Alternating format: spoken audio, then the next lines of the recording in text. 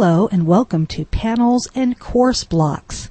In this lesson, we're going to define panels and course blocks in Moodle. We're going to show the block items in multiple views. We're going to discover the different ways that we can contact students, and we're going to discuss the permissions that faculty have as far as editing the courses.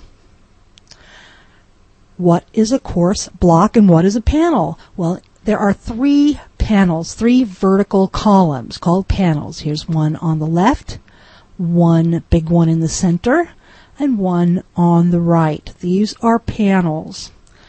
The panel in the center is going to have all of your course materials in it for all of the weeks. On either side, in these vertical columns to the left and the right, these contain blocks. Courses available to you is a block. GMC Online Library is a block. Current news feed, messages, latest news, and over here on the left-hand side, calendar, people, administration, all of these are blocks. So panel, panel, panel, block, block, block, block. Now, depending on which view you're in, you're going to see different items in the blocks. If I were to switch my role to student, you'll see that, many of the things in the administration block have disappeared. I highly recommend that you take a look at both your view, which will be teacher view, and it is going to look much different from the student view. If you are in non-editing teacher view, you will see that again, you've got a lot fewer tools in this administration box than you would if you were in and logged in as a teacher.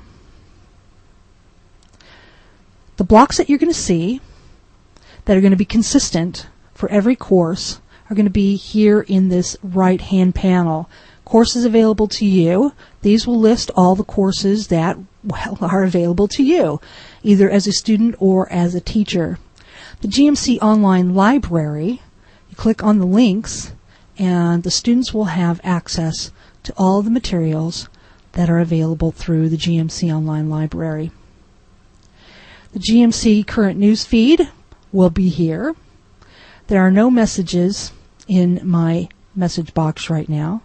But here I've got latest news and links to the GMC television on YouTube, which is a lot of fun. Over here I have the calendar. If I click on participants here in people, I'll be able to see all the students who are enrolled in this class. We've got some pretty famous ones here. I can go back to where I was by following my breadcrumbs here. PD 101 will take me back to my main page. In administration, the ones that you will be using as faculty most often will be grades. When you click on grades, it will bring you here, and we're going to take a closer look at the grade book in another lesson. But this is where you will input grades for the course. Another one that you will probably look at a lot is reports, and you can choose the report that you want to see. Let's see, what have I all days? Get these logs. And you can see all of my activity that I have done. I've several pages worth. You'll be able to see the activity logs for the students individually.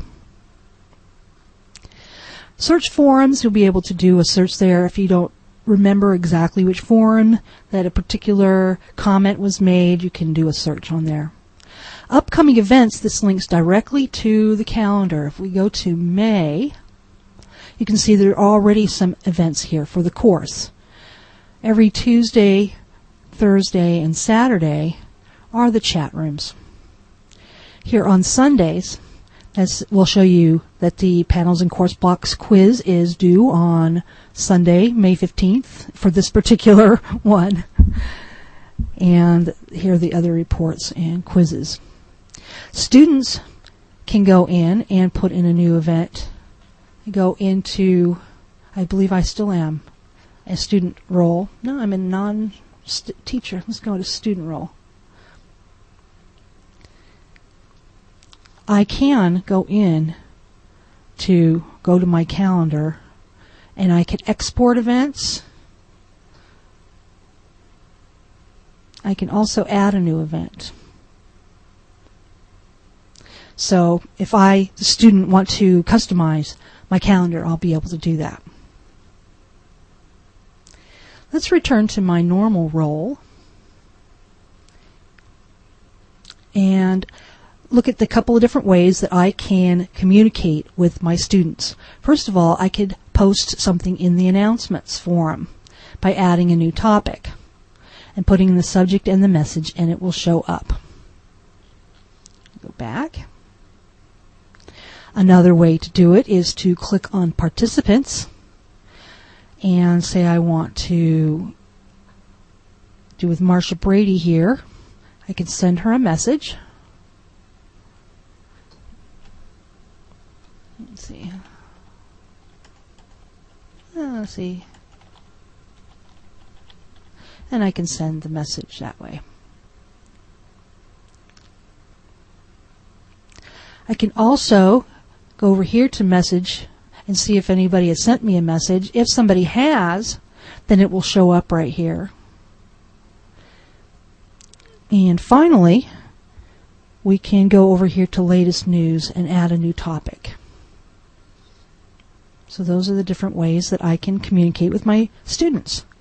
Finally, what permissions do you as faculty have as far as editing the course?